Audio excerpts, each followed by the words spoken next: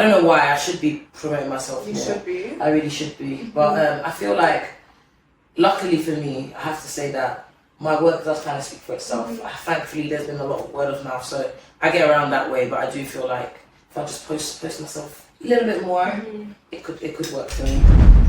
Hey girl! So here we are in the sun. In the Ghana. In the Ghana. I thought, do you know what? I need to get Amanda. And since we're both from Ghana, let's do it here. Let's link up. You know, change of scenery and all of that. So I've actually known you for years. And it's funny because I feel like we would have met anyway, but when we met, it was away from the community and everything. It was, how was it? It was in the library. In the library. In the library. Yes, in the library. How many years ago? Oh, I don't know. God damn. I think over 10, definitely over 10. Yeah. Maybe like 13. Yeah, it's been a long time. A long time. Because I'm grown now, so yeah, exactly. Yeah, I know. It's been well over 10 years. And then now we're like, you know, we've met again. And so many mutual friends. So many, you know how it is. You know.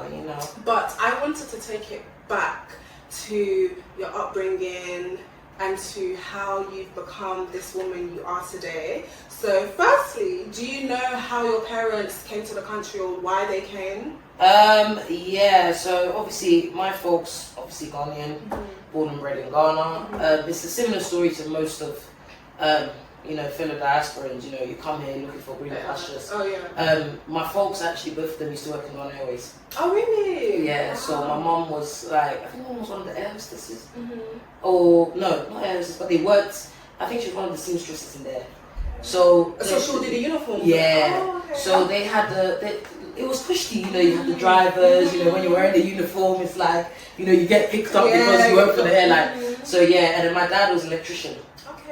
There, so they both had jobs there, and there was word spreading around that, you know, Ghana Airways is coming to crumble.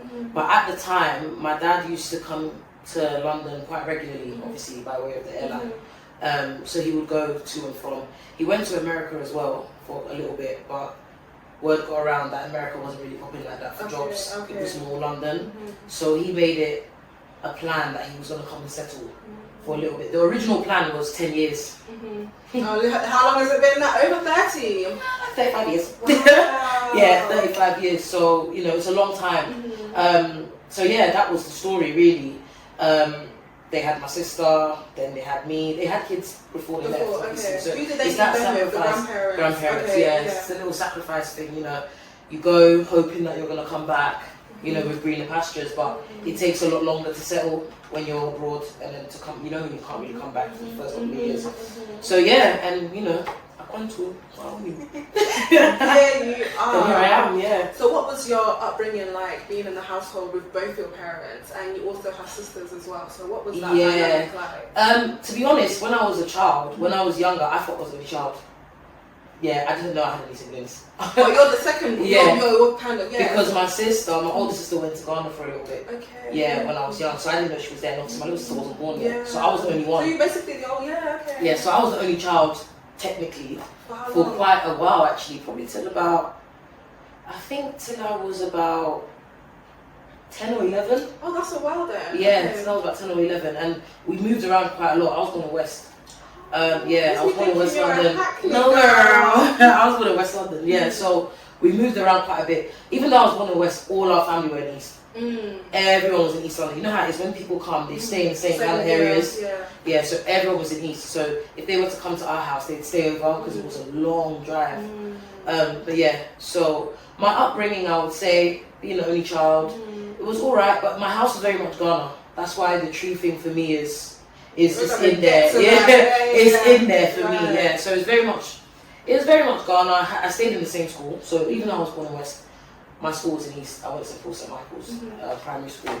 So everything was in-house, it was all in East. Everyone was in East, family was in East. We used to come to East for Dorset Market. Right. You know, legendary market, yeah. So it was quite tight-knit, very family-orientated. There weren't really too much issues, I'd say. But I feel like I was kind of surprised, obviously, when my sister did come back. I was like, oh, so there's more of us. Yeah. And then my little sister was born 4 years later. So still quite a close-knit family. But yeah, it wasn't bad. There was a lot of parties when we were younger. Pool parties. The good old days. The good old days. The good old days. Miss those. But yeah, no, it was a good upbringing, man. You can't fault the folks, man. They did their best. Of course. So in the home, because you said it was very much like Ghana, Upstairs. they spoke to you in the house. Yeah, they did. So no English. There wasn't. Yeah, I actually only learned English when I was in nursery. Oh wow. Yeah, fun fact. I only learned English when I was in nursery, so I used to speak both of the languages. So I used to say stuff like, I don't want panier. I used to speak English. So they'll be like, what are you speaking? Like, obviously parents even and that, they'll like, it's my dad. She seems to speak another language. Like, yeah, we speak English. Very proud, like, yeah, so obviously my mum used to work quite a lot, so it's my dad that did all the school runs. Oh, did he? Okay. Yeah, my dad was, very active dad. That's good. Did all the school runs, most of the parents' evenings when I was younger, so he used to get all the reports and stuff. So yeah, he was just like, yeah, we speak Tree Island. They were like, no, what? Like, sometimes we don't understand what she's saying. So yeah, English for me was very much a second language. Like, it came more from school. And my dad's reasoning for that was she's going to learn it here anyway because she's born here. So English is always going to come. They were more big on speaking their native tongue. Of course, yeah. Okay. So yeah, that's why the English, we came there, one came later. So what kind of student were you? What kind of character were you in school? Secondary school specifically, because you're so funny. So were you the clown in school? Of course I was. So it's always been... It's always been there. I've been the class clown, always the loud laugh. My reports are always the same. She just talks so much. She's great, she talks. I love a good chinwag. I love a good talk. Yeah, that was me. I was always distracted with talking. Yeah. That was my thing. But I was very bright. I just liked having a conversation here and there. I liked cracking the odd joke here and there. But that was me, man. All of our friends as well. Everyone knew me as always the funny one. Even at work, when I started working part-time, always the funny one. When we used to do little work awards, I always get best funniest person awards. Entertainer, Well, you weren't trying to be funny. It's just me. It's in my nature. Yeah. I think I get that more from my parents. They kind of like that as well. Like, when we used to go out, my mum and dad are like the entertainers. So when they go, everyone's like, okay, well, party's done there, isn't it? When they go, everyone wants to go. Because it's like, well, what are we here for? So yeah, I think that little funny bone definitely rubbed off on me. Okay. That's good. So when you were younger, what did you want to do? Did you have any idea of what you were interested in? You know what's so funny? When I was younger, I wanted to be a journalist. Okay. I wanted to read the news. That was my thing, yeah. I wanted to read the news. I was very passionate about that. I don't know why. But that's what I wanted to do. And then when I got older, that changed. Older is like what age? Like about, I think, college times. I became more interested in law. So I did law when I went to uni. I was like, yeah, I want to be a lawyer. But I didn't want to be like a solicitor or barrister. I wanted to do something different in law. Because I felt like solicitor and barrister was too played out. And it's hard to get into. So, this lecturer of mine, Jeanette, she told me about Silex, so legal executive route. So that's the route that I'm doing now. Okay. So I just need to do my qualifying employment and boom. So it's qualified, man. Yeah, all of the studies bits is done. How long have you been doing it? So that was, obviously I did my degree, then I took a year out, and then I went back to do my diploma, which was about a year. Okay. Yeah, so now that's all finished. I just have to work for 3 years and then I'm done. So working for 3 years, are you in your third year then of work? I haven't even started it yet. Okay. I'm in the middle of it, but I haven't started my qualifying employment yet. So that's what I'm looking for now. You know, it's hard out here. And also I've been sidetracked with so many other things, which I know you're going to get into. Yes, I know you're going to get into that, but yeah, it's been a bit of a journey navigating, doing the legal stuff and all the stuff that I do on the side as well. It's not easy.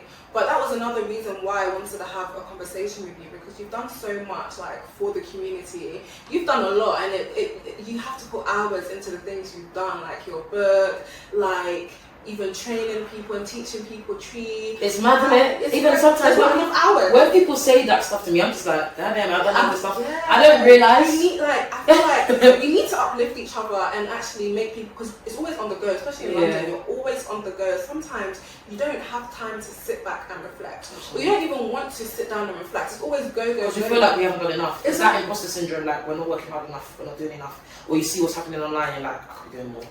More. Yeah, you say it. Yeah, literally. And it's like, you've done a lot. You've done give yourself some props. Give yourself some, pat on the back. Do you give yourself props? Sometimes, but sometimes I do get the odd feeling like, what am I doing? As in, like, you don't know what route you're going. Yeah, not even that, but more like, even with what I'm doing, I could be doing more. Like I could be hosting more. Okay. I could be doing more like teaching. I could put myself out there a bit more. But I always feel like sometimes I feel like I don't want that pressure as well, because you know, once you start putting yourself out there more, the expectations are a lot more. You know what I mean? You start being seen as like a role model, and it's like sometimes it's like, I mean, I love y'all, but sometimes I also want to live for me. You know, I don't want that pressure on myself. But sometimes I feel like if it's your calling, you won't be able to. If it's laid on you, you have to follow it. Exactly, I won't be able to ignore it. So I'm just saying. That's what you're battling right now. Yeah, that's definitely the crossroads that I'm at right now. Yeah. But I feel like time will tell. There's other things that I've been involved in, even just recently. You know, I'm gonna say it recently. That was amazing. You know, so these are some of the things. Like I'm just chilling, minding my own business, and then these things come. So I just feel like I just have to follow it through, man. Yeah. So let's start one by one. How did the tree classes come about? Did you partner up with someone? Yes. Okay. So what happened was, obviously, I always have to pick on my project 957. So they are a group of guys who have this common goal about pushing Ghana forward from the diaspora perspective. And they have so many other events that they do. So they do a lot of independence events as well. They do like excursions and then the tree classes. So when they started doing the tree club, this was like, God, it was a while ago now. 4 years ago, that the whole thing started. And obviously they hit me up and they were like, listen, Miranda, we know that you're really good at speaking tree kind of thing. Would you like to come on board as one of our specialist speakers? And I was like, why not? You know, so I was like, yeah, so I didn't mind. And obviously we started. It was me and another girl called Bridget that were both doing it. And I think I don't know if she's based from Germany. I think she was. She was from Germany and she came here. And it was both of us that used to do it. And it just grew, man. We used to do it, I think, was it once a month? And it was very popular. How many students did you get? There used to be about 20 to 30 sometimes. Wow. There was a lot of people and they were like, this is such a good initiative. And a lot of people had the common issue in terms of they'll be trying to speak the language and their parents will be laughing. What kind of? And they pull you off. So that discouraging them. So them coming to the class, they're in a safe space. Okay, got it. Like, we're not here to laugh at you, we're not here to judge you, we're here to help you. So they loved that, and it gave them a lot of confidence. And a lot of people, they would come. We used to have we had a few core members. You have some people that come and they visit, and we had a few core members. We had some people from BBC come in. Oh, it was really good. The only reason why it stopped was because of COVID. Good old COVID took everything away from us. So COVID stopped it. And I think the plan now, from what I heard in the grapevine, is that they might come back in October. Fingers crossed. I'm ready when they're ready. I'm ready when they're ready. So yeah, that was Tree Club, man. And they recently started, I think obviously, off the back of Corona and stuff, they started Gar Club as well. And obviously, I can't wait. I had to go to that. Because I need to brush up on my guard. My folks only spoke that one day when stuff. Literally. They don't know that I'm learning. Literally. But yeah, so that is how Tree Club came about. Okay, and then you came out with an ebook. How? Because I know that must have taken so much time, so much back and forth, so much. How did you? Lockdown. I felt like during lockdown, obviously, I felt like we had a lot of time to just think about. Is that something you what we wanted to do? No, that's what's so mad. That was an idea that actually someone told me about. One of my friends was like to me, why don't we write a book? And obviously I was thinking, write a book, but what am I going to write a book about? Do you know what I'm saying? I'm not no writer, but then I thought, why don't I draw upon what I'm interested in and what I like helping people with? And I felt like we're not doing the classes anymore, so how can I make a resource that people can still benefit from, even though we're not meeting face to face? And I felt like, a book, do you know what I'm saying? And it's so funny because when I was here, when I was in Ghana a couple of years ago, when I went to, I can't remember, I think it was in somewhere in Elmina Castle. We went there and there was like a museum. You know, the little kind of things where the souvenirs, And I saw this little, it was very small, it was like a little brochure of like popular key phrases, popular tree key phrases. And I was thinking, why don't I do a book here which has way more of these? Do you know what I'm saying? So that's where I got the inspiration from. And over lockdown, I just started writing. It took me ages, but got there in the end. How did it take you? I think it took me about over a month to finalize it, because I had to get all of the phrases that I wanted, and I broke it down into chapters. So like at the market, at school, at work, at home, that kind of vibe. And just as many popular phrases as I could think of, and then I had like the free form bit at the end. So that's not just the topics, but popular phrases in general at the back of the book. Yeah, so it did take a while, but I was very happy to do it because I just felt like this is something that everyone can use. It's online, you know, you can just download it, you buy it. And when I did that, I was thinking, now that we've done the book, what about an audio? I was just going to say that. What about audio? Yeah, because obviously people can read it, but it's like the pronunciation might not be. So how can I supplement it better, make it even more useful without an audio? So that's when I started recording. So that was all done over lockdown as well. In studio, started recording. Big up the engineer for that because, mate, it took a lot of takes. Hey, a lot of takes. And it's only me, the one voice, plenty of water. Charlie, now you're reading this thing, and you have to read it slowly as well. So I need your help. Mihia umboa. How can I help? Metumi aboa will say. I'm going outside. Meko abonting. Forgive me. Facheme. I just woke up. Sesia na minyane. King, ohene. Queen, ohema. I'm dancing. Mesa. Follow me. Dimechi. Tell the truth. Kanokre. You're lying. Obwa/ultrantro. I like you. Mepewasem/minijioho. That's a good idea. Eya adrenepa.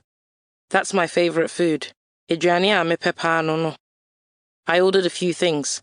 Makra and yama kakra. They don't have any. Omun nibi. So one session, how long was one session? about 2 hours. Was it the whole book that you were doing one session? Or like No, I was thinking. No, I think I did it across about 3 or 4 sessions. Okay. Yeah, so we broke it down a little bit because your voice gets tired. You know what I mean? It was a lot. Yeah. So all those words, you know. But yeah, no, it was a good experience though. It's like, mom, bro, first time I went to the studio, I'm recording. But yeah, no, it was dope, man. And you know, it's out now, man. Find the street guides. Available on Amazon, on Google Books, on Prime, on all of them. If you just happen to touch it to Google, it'll come up. But yeah, it did very well on the socials. It did good. People received it well. And you know, you still see the downloads coming through. Yeah. But that's the thing I like about it. It just works in the background. Yeah, you know and it's there. It's that's what there. they say when you make money in your sleep. This is one of the ways you can make money. Do you understand? So it just Yeah. rolls in. And just sometimes you like, oh, nice. You know what I forgot about that. Yeah. You know, My shit there. You know. But yeah, no, it's dope, man. And it's a resource that people actually find useful. I've had a few comments like, oh my god, this is such a good idea. Like, this has helped me a lot. Thank you so much. And I'm like, this is what I like. Knowing that I'm actually creating something that can help people. You know what I mean? And it's for Ghanaians. And not even just for Ghanaians as well, for anyone who's interested in learning the language. Because I'm big on languages. Yeah. Do you know what I'm saying? And I felt like even the way I learned the language is such an unconventional way. Because people assume that I was born in Ghana. I was born here. Yeah. Well, we are in Ghana right now. Yeah, you know. Yeah. I was born in London. You know what I'm saying? And I can count how many times I've been in Ghana. It's not like I was going to Ghana regularly when I was young.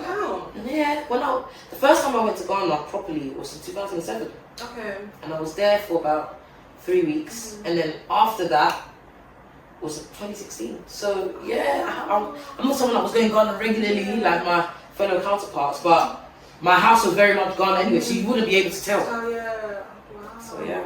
So with the book, how are you looking to push it a bit more? Because now there's more of a buzz around Ghana. Yeah. So that's even more of a market for you. Do you have any plans of scaling or maybe getting it to like the American market? Yeah, you know, online is very big. I feel like the next step for me, maybe to get it in print would be nice. Okay. Instead of the ebook, like if you can have physical copies, that would be nice. But it does well around about like December time.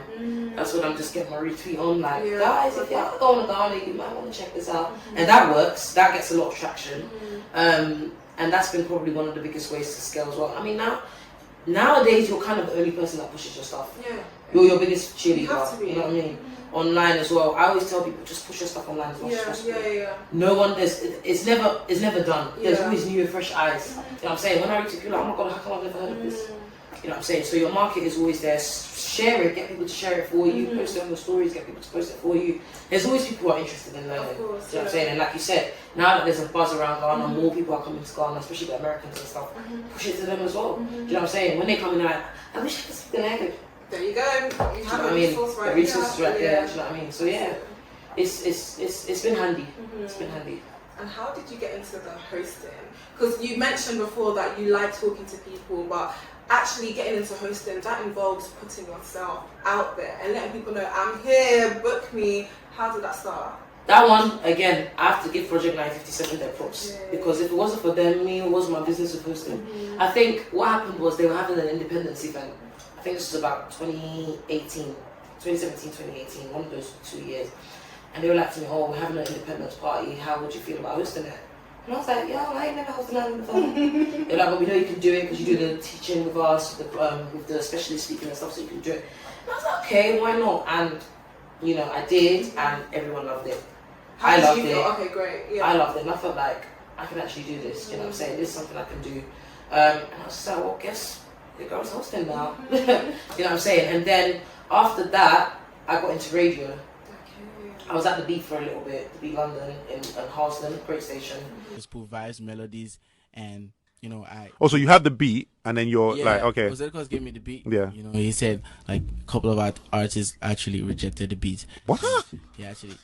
This is the second rejection story that I've heard. Yeah. So I was like, can I try the beat? You know. Oh wow. He was like, okay. He said a couple of artists said the keys are too complex, like gospel. And I was like, okay. Gospel's your bag. That's your know? lane. Yeah. Gospel vibe, Yeah. Bring it on, like stuff like that. So like the little I could write, those kilofet I put those together. But the ones I couldn't write, like because my time was running out in the studio, I just dropped them as vibes to come back later on when I have time. Okay, so you needed the melody to go over here. Those balang or the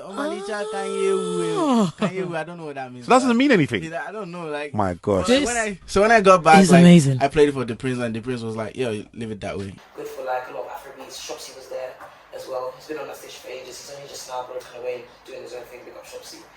So I met a lot of people there as well, and I worked presenting there as well. So that gave me more confidence in terms of presenting, even though that one was probably even more confidence because I wasn't actually with people. Yeah. You know, radio, you're just yourself and your guests. Yeah. But hosting, as in actually hosting, is a different kettle of fish. You know what I'm saying? I found it felt natural. I've always been good at public speaking. Okay. I haven't had an issue speaking in front of people. So that was alright for me. And then I think when I did a few events here and there, that's when the wedding started. I found that so crazy because I just felt like, why on earth is anyone expecting me to host their wedding? What? Why do you want me to do it? But they were like, no, we've seen you host events and we love you and we really want you to do it. And I was like, Okay, I'm in, like what the hell? And then that's when the weddings thing started. So it's crazy. I think it all happened so quickly. Do you know what I'm saying? So in the space of about 2-3 years, your girl's doing the radio, she's doing the weddings, she's doing the events, and it's like, and then I started doing my own events with Kwaku, with the Tip Life. It's just mad because you look back and you're like, God damn, we've done a lot of things. Do you know what I'm saying? And it all comes back to the diaspora. Do you know what I mean? And it comes back to the Ghanaian community because the weddings that I was doing, these were traditional weddings. Do you know what I'm saying? So I work closely with a lot of the older community and learning from them, seeing how things are done traditionally. And there's not a lot of young female hosts. There's not, especially in the UK. There's not. Yeah, I haven't seen any. And the ones that are doing it, they're a lot older. Yeah. Do you know what I'm saying? There's not really young female. Even the MCs, like, because obviously with me it's more like MCing. Yeah, what's the as difference opposed to between hosting and MC? I think the host is more like the whole, you know, welcome and all that kind of stuff. But MC is like you're actually chairing the whole event. Okay. So you're overseeing the proceedings of the event. So they kind of work hand in hand because you're hosting as well. But MC, microphone champion, that's what they call it. So you're entertaining. You know what I'm saying? That when things are awkward, you're kind of, you know, you're that branch between the calm and the storm almost. But it's so annoying sometimes because it's like everyone assumes that you know what's going on. It's like, mate, sometimes I'm just MC. I don't know what's happening. You have to speak to the family. Right. But this is why the families have to liaise with you. Yeah. You know what I'm saying? So you know when people come and ask you for stuff, you're able to help them or direct them. Yeah, you know what I'm saying? But hosts are more for like, I'd say like parties and stuff. You know you have like DJ hosts. Right. So they host over like the DJs. I don't even do that. You know what I'm saying? I'm not really, that's not my field. Like, if the DJ's playing music, you won't catch me there. Yeah, next to, Nah, that one, I leave it for the guys. I feel like guys just do that way better. I don't know what it is. I mean, don't shoot me, but I maybe just like... you don't see many of us doing it. Exactly. So you don't know. But I just feel like guys just do a better job in that department. Like you said, I haven't really seen girls doing it. I'm sure if they was to do it, they'll knock it out of the park. But it's still quite heavily male dominated. But even the hosting scene in general, it is male dominated. For weddings as well, it's males dominate that field. So why do you think that is though? Why do you think there's not many of you doing it? I feel like it's probably more of a confidence thing. Okay. You know, girls now, you know, most of the time you're kind of like, just keep in my corner, I don't really want to do too much, kind of thing. And to host and present, you can't be like that. You have to let them know that you are there. Yeah. Exactly, you know, and I'm very good at doing that. So I don't have an issue putting myself out there. I don't feel like it affects my feminine side at all. Do you know what I'm saying? I can still do the soft thing, I can still hide if I want to, but when it comes to working, I see it as a job. Right. I'm just doing my job, do you know what I'm saying? And I feel like that's why there's not a lot of girls who are doing it, because they feel like it takes a lot of confidence. And most women are confident, but they're confident in other areas. Public speaking is not their field. Do you know what I'm saying? To stand in front of all those people. Like when I did the independence event, that was mad. There were a lot of people there, and it's like sometimes it can be a bit overwhelming. Even for me, I'm like, oh God, I'm like, oh my God. You know, but once you're on the stage, it's a different feeling. It goes away. It just goes away. For me, anyways, I just have fun. I have fun. I know it's always cliche when you hear people like, yeah, just having fun. Yeah, but it actually is fun. Yeah, you just have to see it as fun. Like you're enjoying yourself. You know. Don't put too much pressure on yourself. Exactly. Don't put too much pressure on yourself. And also, I feel like the way you are with the crowd is what the energy you'll get back. If you're not confident or you're awkward, they'll feel it. They'll feel it. But if you're confident and you're letting them have a good time, they have no choice but to rock with you. Exactly. That's how it is. So yeah, it's fun, man. It's great, and we'll see as time goes on. We get more bookings. We'll be out there. It's been a bit quiet lately. I think was it early last year? The weddings were back to back. Yeah, I think because Corona had just come down. A lot of weddings were postponed. Yeah, so you know when wedding season ramps up again, girl, book her. And the events, because you do events as well. How did that idea come about? Hey, I have to big up quick on that one. Yeah. You see, I always tell people, no man is an island. There's always like-minded people, and putting your ideas together. And he approached me about it, and he was like, the only person that I can see that has the same vision for me has to be you. Because we all know how I feel about Ghanaian music. Yeah. And we all know how I feel about old school Ghanaian music. Yeah. I love it. Probably even more than our new stuff. Like a lot of fellow Ghanaians. And we just felt like there was a gap in the market for a live band event that caters to hip line music. We don't have those events here. Yeah. We're just used to going to our independence events, going to our little parties and calling it a day. But we don't have a proper event that caters just for that. But not only that, but live. Right. And that's where the idea was born. That's why the name is Hip Live. So we played on Hip Live and then live music and just joined it together. And obviously we had the first one, I think, 2019, and it was mad. I think you were there. Yeah, of course. It was crazy. Like, was that the one in Shoreditch? In Hoxton, yeah. It was so lit. And everyone was like, we need more. And it was so successful that we did another one very quickly after. I think we did the second one in December. Okay. Yeah, and that was mad as well. And obviously the band were very happy as well. Yeah. They got their confidence up as well. Check them out, their little uniforms on the second one. But yeah, it was dope, man. It was dope. And they're actually from Birmingham, so it put them on as well. But it was dope. Everyone enjoyed it.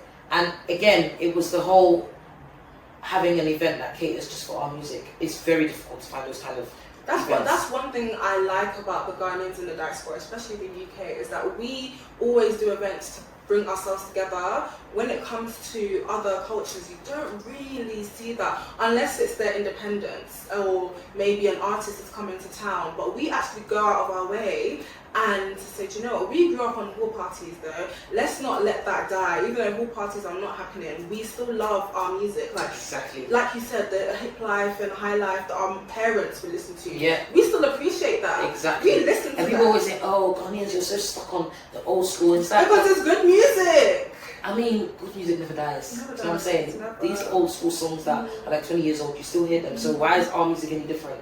Why should we just be forced to throw our old music away simply because we stuff out there? Just because we love the old stuff doesn't mean that we don't appreciate the new. Yeah. We've got new talented artists that are emerging and are doing their thing. It's not like we don't show them love, you know what I'm saying? But we appreciate our old music as well, and I feel like we have the right to. Do you know what I'm saying? Course, if we want to have events catered to that, why not? Why not? You know what I'm saying? So I feel like that was the inspiration really, and then the live band element was very important to us because we just felt like we don't have enough live bands. Like if you think about live bands, anyone thinks about live bands, just think about composers straight, and they've earned that. Do you know what I'm saying? They've earned that. They've been in the game for how long, and they've dominated it, and they're all over the world now. Do you know what I'm saying? So we just feel like we wanted fresh talent, and we wanted like live music from scratch, as in actual live music. You hit every element. This is a 10-piece band. It wasn't a joke. Do you know what I'm saying? So that was the vibe we were going for, and it's so funny because they were actually there. Stephen was there, and he had the time of his life at the event. He was just like, Amanda, we need more of these. He said he danced it too. He said, I didn't sit down. And most people that were there can vouch. It was a great night. And it was fresh. It was something new. And that's what you always appreciate. When you go to something new and it's like you haven't been to this kind of vibe before, you appreciate it more. Because it's like, where's an event like this been all my life? You know what I'm saying? So we had a lot of demand for the next one. So obviously we had to go back to the drawing board. We're like, we've got to do this again. We need a bigger venue, you know. Just do it bigger, better.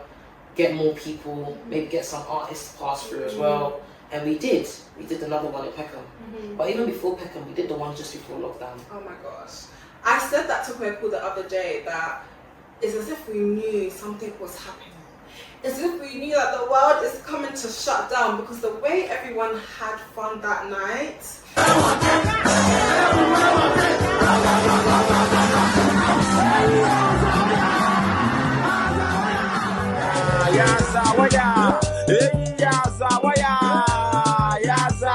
In the bala bala fala fala hala hala wala wala kasa kasa pasa wa. In the Friday or your birthday, yeah for every yeah chilling, yeah call next door, yeah try yeah not say yeah fun. Even if you get boy, still my best to the get. I am my team and you not so bad.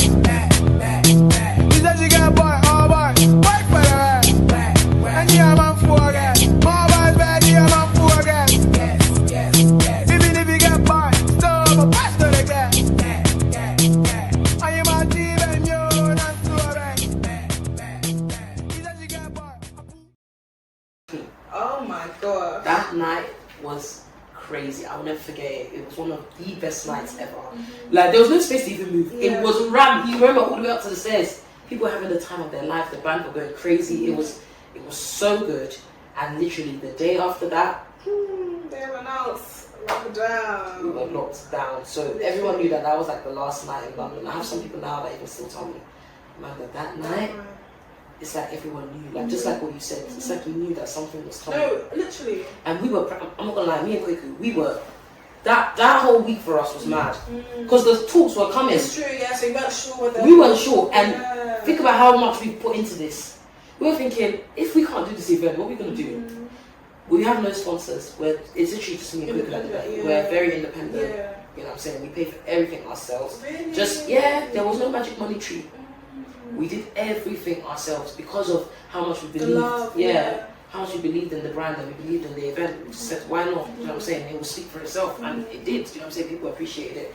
And obviously we're in the process now, hopefully we're gonna come back and we're gonna do another one. You know what I'm saying? So it's not easy, you know what I'm saying? And think about all of that could have just been stripped away because obviously, you know, safety first, you know what I'm saying? But we wouldn't have had a choice, you know what I'm saying? But God willing, you know, He came through for us, man, and we were able to hold the event and everyone had the time of their lives. You had Dark Vibes was there, Common MP was there. It was amazing. Mr. Silver was there. Oh, it was a good night, man. And they all had fun. And they coming from Ghana, it's like they felt at home. They experienced that vibe though. Exactly. Because it's like raw. Like how can we be in London but we feel like we're in Ghana? Oh yeah, it was dope, man. And I'm so grateful to God that it went well.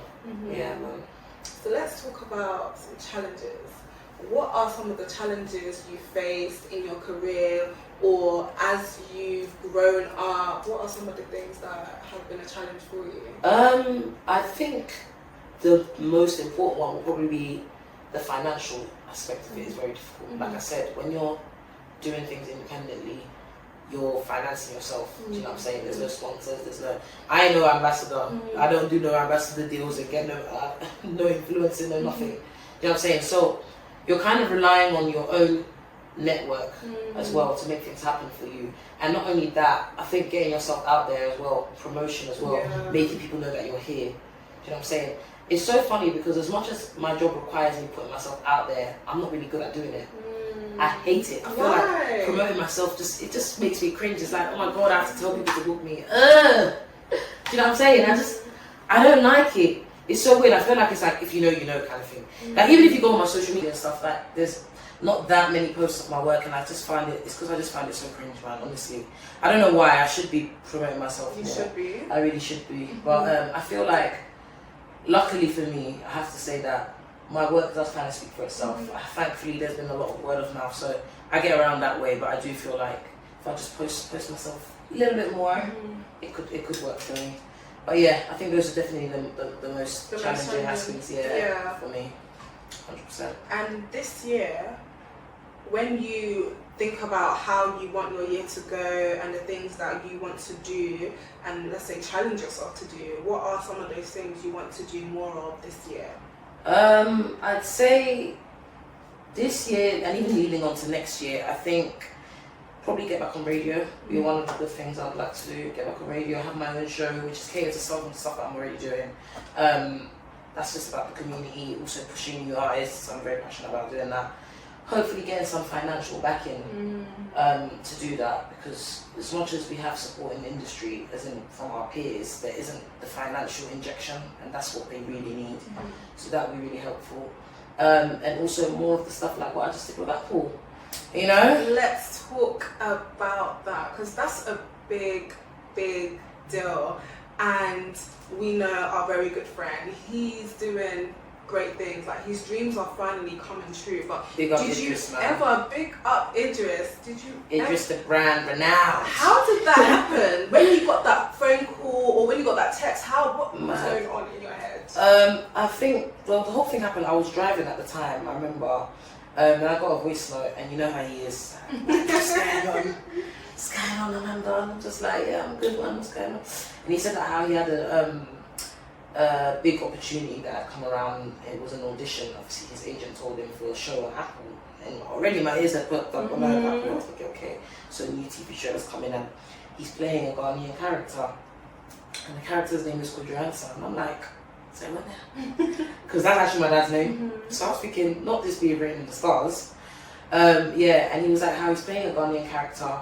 And the character is based in Ghana, but is going to come over to America because obviously he's going to lose his sister, etc. I'll explain the details. Y'all need to watch the show. Go watch it. Watch the show and you'll know. But yeah, and the whole point of the whole thing why he got me involved is that he wanted the Ghanaian accent. Obviously Idris is Nigerian, and he wanted to he didn't want to do a disservice obviously to his Ghanaian compatriots, so he wanted to get the Ghanaian accent spot on. Right. So obviously he sent me his script, just the first page, it was only an audition. He sent me the PDF literally, and he was just like, oh, can you just read this in like a Ghanaian accent? And he would obviously practice it and go and have his audition with it. So I did. I was in my car, I literally recorded it straight away. It didn't even take me long. Yeah. I literally sent him a voice note, shot it over to him, just sent it back to him on WhatsApp. So thank you so much. Literally a couple of days later, he got back to me and was like, Amanda, they loved it. They loved it, they loved me. They literally said to me, oh, who's my dialect coach? And I just said you, straight away. There you go. And that was how you got on board, man. And obviously he had to go to America. He was in America for about 6 or 7 months shooting the whole thing. And I just got a new job offer at the time. So in my head I was thinking, what am I finna do? But we thank God for Zoom. So obviously we had Zoom sessions. There's 10 episodes, so we did about 2.5 hours for each episode. Obviously there's some episodes where he didn't have that many lines, some where he did have a lot. But he was present in practically, I think, 9 out of 10 of the episodes. He was in all of them. Yeah, he's a very key character. When you watch the show, you understand. Probably the show's only romantic lead, which is a big thing, having someone with a thick Ghanaian accent. You know what I'm saying? You know that's not popular in American shows. So yeah, it was dope, man. It was dope. My niece doesn't speak to anyone. I need her to speak. I think this might be a different type of support group than maybe what you thought. This is talk therapy. It's... So how many sessions did you have with him, and how long would you say it took for him to actually feel like he became Kojo Answer? I think we had about 10 sessions in total, and I'd say about halfway there, you could tell he was getting it. And it's like, we had this thing where every time we'd have a session, he'll be speaking in the accent already. So we haven't even started the lines yet, but he's already like, how are you doing? I'm just like, yeah, you're getting it. Yeah. You know, guys are quite soft-spoken. Right. So yeah, he was getting into character already, and it was amazing to see. And even watching it back now, it's just so surreal, because it's like, I'm watching it from dialect coach perspective, so it's like, I know his lines, I know what he's going to say before he even says it, and he done so well. Do you know what I'm saying? We've had such good feedback as well. We had some comments saying, oh my god, we love how you portrayed the Ghanaian culture, we love how you portrayed the accent. I even had a comment that said it's one of the best accents they've heard on the show.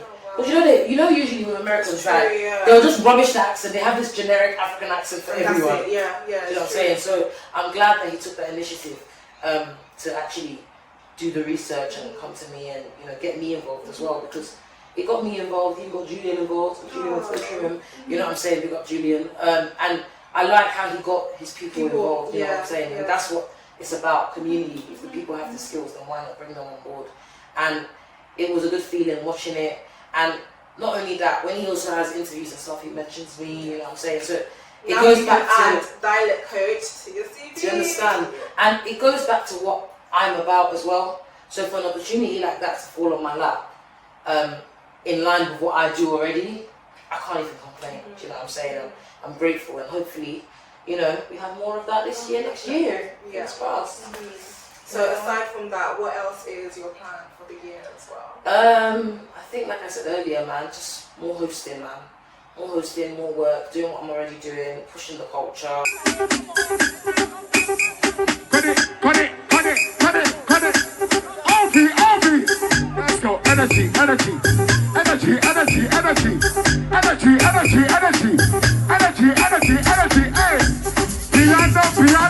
Listen, if you know you came here for these brothers, you better make the most amount of noise you ever make in your life.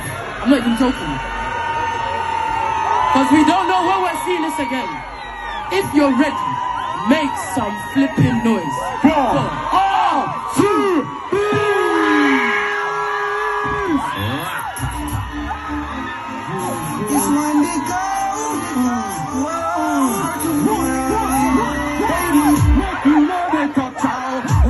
You go drop me your number, cause I'm ready for the shot the pop by the wonder. Hey, now you're back a boom boom, you the conquer. Look, see how they get no younger. Hell are the one friendship with the longer. With me today, tomorrow will be stronger. Girl are the one chop, girl are the one chop.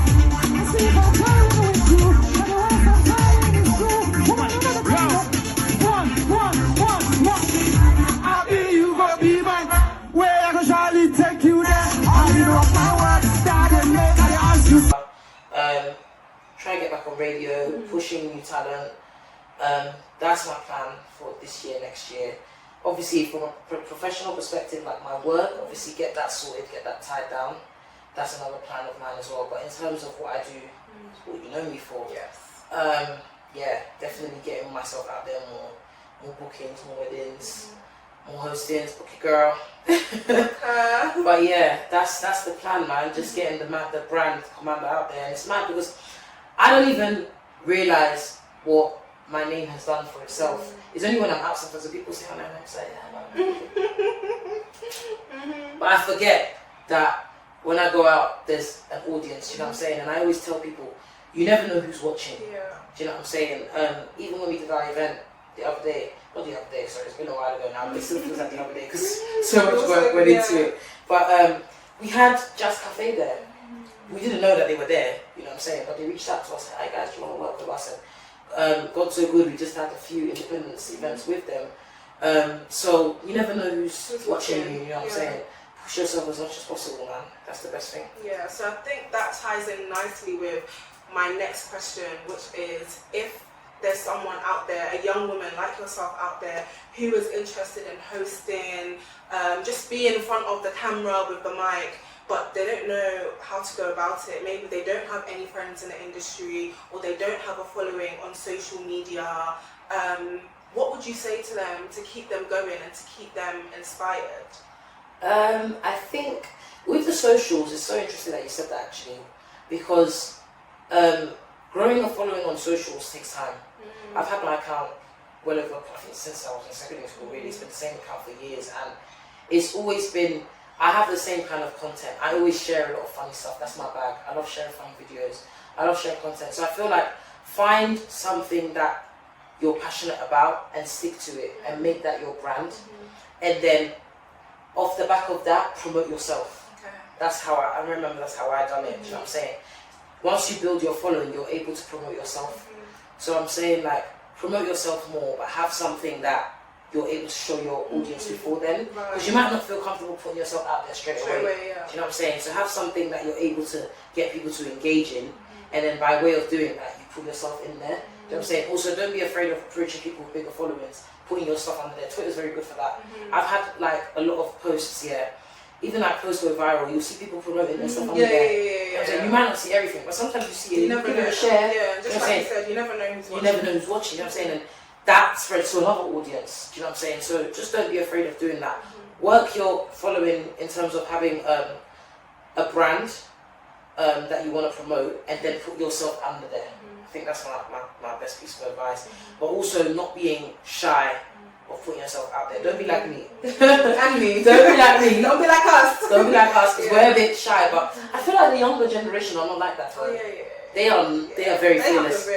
And I respect them for that. Be like that. And that's why they're getting ahead so quick. You know, because they're not afraid. They're very fearless. And I feel like that's the way to be if you want things. No. You know what I'm saying? And the violence taking my force. I always look at like Americans and how they just take charge, and I believe in me, so you have no choice but to believe in me. Yeah, or even if you don't, I believe in me enough that it's gonna get me in the. They are so audacious. It's just Londoners though, man. We're so prude. But why? It's really, the London mentality. We're not really good at putting ourselves out there. But just imagine how, because already we have like a close-knit community, especially those of us who like, it's basically like we grew up together kind of thing.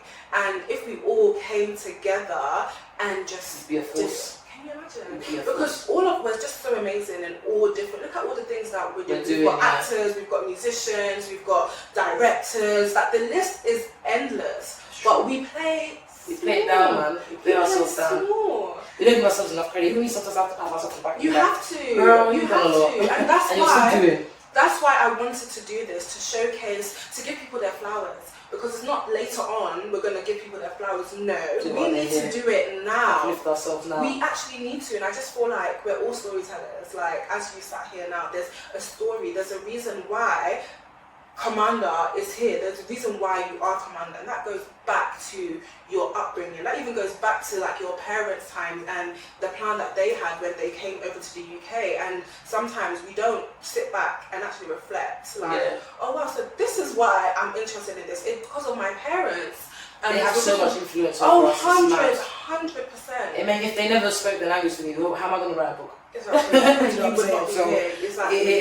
They have a big part to play, and in all of our lives. We need to appreciate them and uplift them as well, because big them up, because we won't be here without them. Exactly. And as the sacrifices they made too. Oh, let's not be easy. And I just feel like if we as a community just come together and literally hold each other's hands, we can go really far. So I'm really happy that you're doing your part. I'm trying to do my part. Oh, that's what I said. Soon we'll be doing this episode, and you'll be in the other scene. We'll be asking you about your story. I can't wait for that day, because you're so good.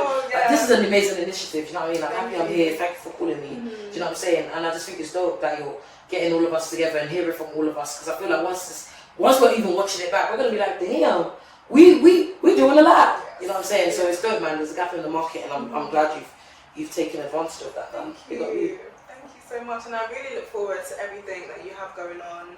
Thank you, this year and the years to come. I want to see you host more weddings. Just put yourself out there as much as you can. Amen. Everything is going to be down for everyone to stream, click, purchase, Period. follow. Get the book. Get the book. Comanda's Tree Guide out now. Audio book. and ebook. There we go. Google Play, Amazon, Kindle, everywhere. Just punch it in Google and it comes up.